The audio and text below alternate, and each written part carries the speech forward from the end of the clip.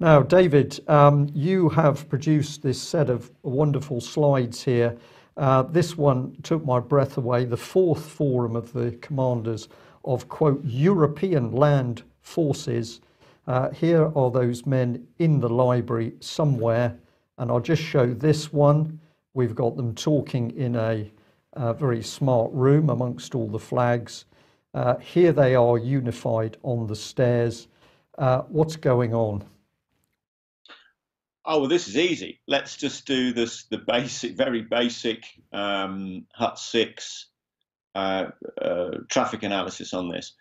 The only thing that's going on at the moment in the EU and the UK in terms of agreement is that the First Lord of Her Majesty's Treasury, the Prime Minister Theresa May, is agreeing to EU military unification process to continue. And the stuff that's going up on David Banks' Veterans for Britain site is saying that it's around, into 2025, so for quite some time. So there's no agreement with all what's going on with the other trade deal that we're being told about. So the actual trade deal clearly here is because that's all going ahead at full, at quite some pace. So the actual trade deal is military unification, military union. That is the trade deal. There is nothing else. That's the key thing. The EU must have it, and they will pretty much do anything to get it. So May's tactic of putting our military, our entire military and the industry and the officer training and so on and so forth, all the apprenticeships and the procurement systems and all the rest of it, is going ahead at great gusto. So that's the deal. There isn't another deal. That's the only deal. And all those officers are sitting around this table at the moment. There's a tremendous, that picture there's an absolute cracker, because you'll see some Royal Navy officers in there.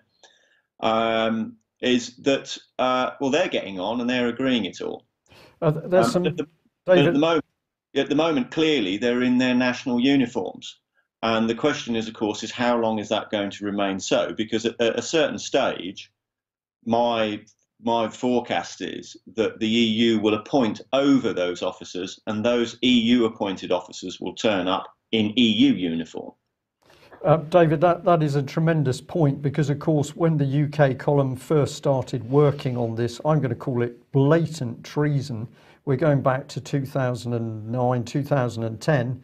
And what did we see? That the initial meetings between British and French military officers were conducted, amongst other places, at the residence of the British ambassador in Paris. But significantly, those very senior British military naval officers met wearing lounge suits. They didn't wear their uniforms, they wore suits. And this was commented on in the naval publication Navy News. I picked up on it immediately because I thought this is similar to the Queen not wearing her crown in Parliament. This is them being encouraged to do this dirty dealing in lounge suits. So they weren't there, if you like, in their full uniform, representing the country and representing their military branches. So this was carefully orchestrated subversion. That's what I'm going to call it. Remember that the charity, the Franco-British Council, was right in the middle of that. But I think you're right. We're now seeing them come out the woodwork wearing their military uniforms, but we can expect fairly shortly some form of unified EU military uniform to come into play. Now, you pointed out that there are at least some British senior officers who are speaking out. We've got what's his name, Alex Burton here, Rear Admiral Alex Burton. He says in a tweet, "I can work around the temporary lack of a flat top, the carrier, but I can't work around delivering theatre entry without the amphibious ships Albion and Bulwark, and my friend Major General McGowan." So I know you'll want to comment on that one, David, but I'll bring in Dannett as well. This is from a little while ago. "I almost resigned under Blair," said Lord Dannett, when he was backing a French general who I think did resign over cuts to French military forces. Now I'm going to say to Lord Dannett, it's no good saying you almost resigned. If you really had got the intent to do it, you should have resigned. It took the Frenchman to resign, but I would say neither of these two senior officers really understood, perhaps they still don't understand, this very devious drive towards the unified military structure. Are there more senior officers now starting to at least protest? Yeah, I mean, this instance with Alex Burton is a good one because it was in response to Luke Pollard down there, one of the Plymouth MPs, I believe, and he was answering a very straightforward question that the MP had put to him. So there's been some discourse over this. I can't confirm it one way or the other, but there's been some anecdotal stuff that Alex has resigned as a result. So that's a great shame if he has, but it dovetails in perfectly with what the modus operandi is.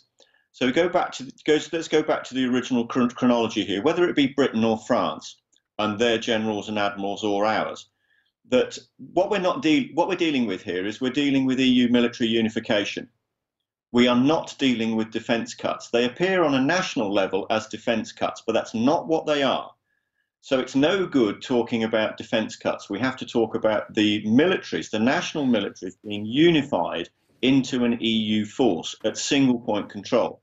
So that's what these officers have got to talk about, and that's the target that they have to frame. It's simply no use whatsoever talking about defence cuts because that is not what they are. On a pan-European level, there are perceived potentially from the EU's perspective that they see no gaps. So we've got to come back. I'd come back in where you first started with the lack of aircraft on our aircraft carriers and the hull parity level now between British and French navies. That when Harrier and Nimrod was chopped in 2010, British systems, work for BAE, jobs and so forth. And what do we see now? Jobs being cut at BAE. We're seeing more ships being cut potentially. And what are we doing? We're going abroad and buying foreign off-the-shelf kit.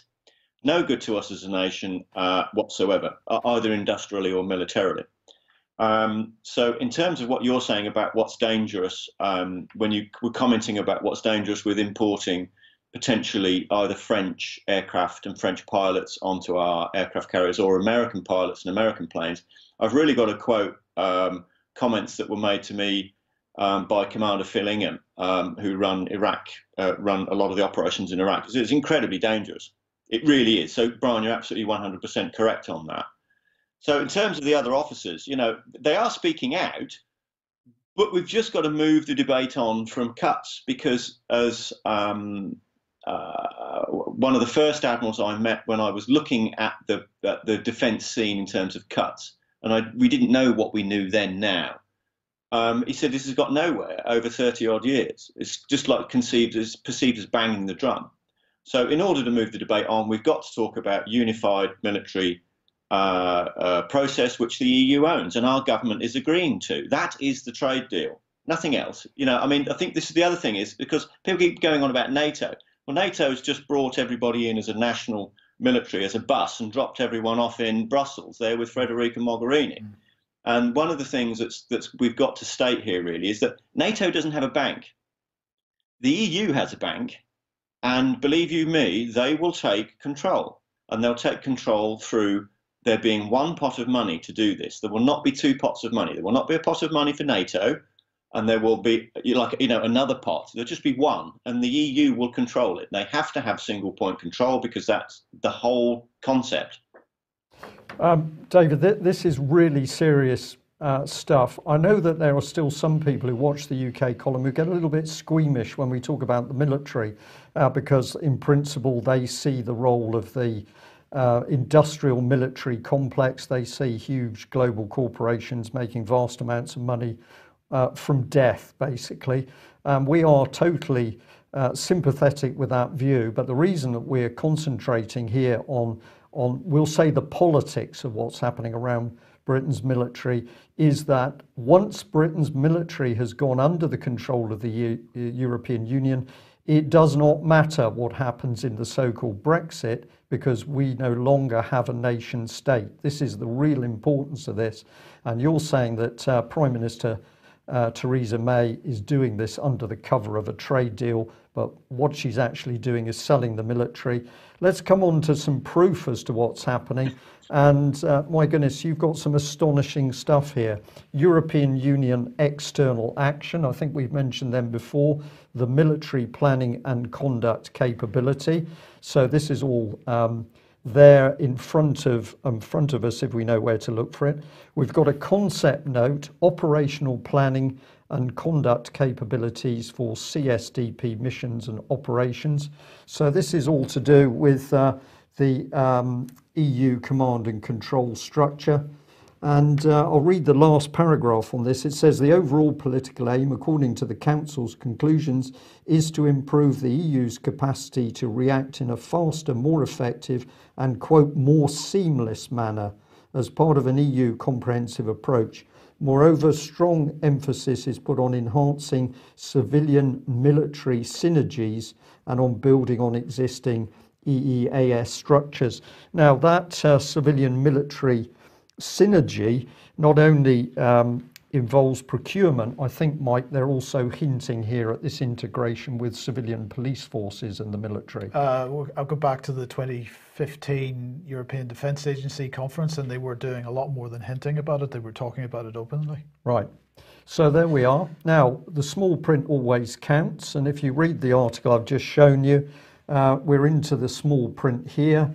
And well, it's moving ahead. It says to avoid unnecessary duplications with NATO. So there's no messing around. They don't want any confusion as to whether it's EU forces or NATO. They don't want duplication.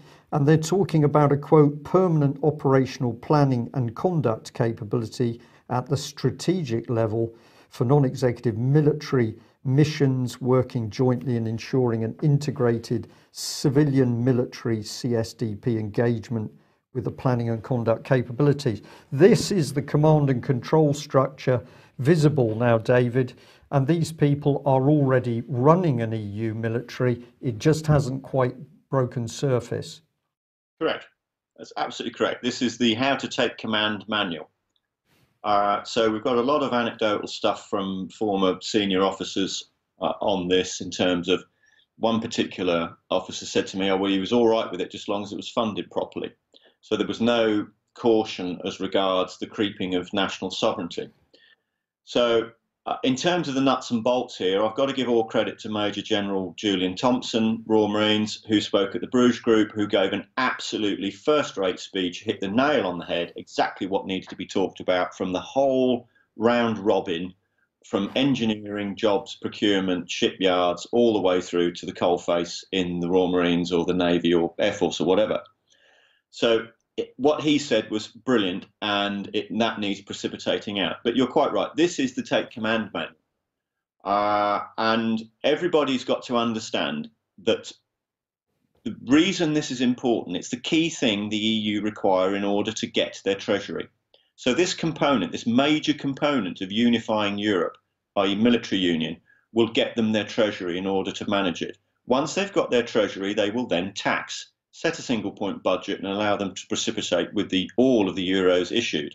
So there are huge sums of money involved, and there are huge political levers. Now, that being so, of course, all of our engineering in this country used to anchor off the defence industry. So car industry, so on and so forth. All of that stuff anchored off it. And as we've cut one end, we've cut the other. And Lord Tebbit said to me the other day, well, you know, once we've Brexited, you know, we need to get out there and establish our customer base. I said, well, that's all very well, but what are we going to sell them?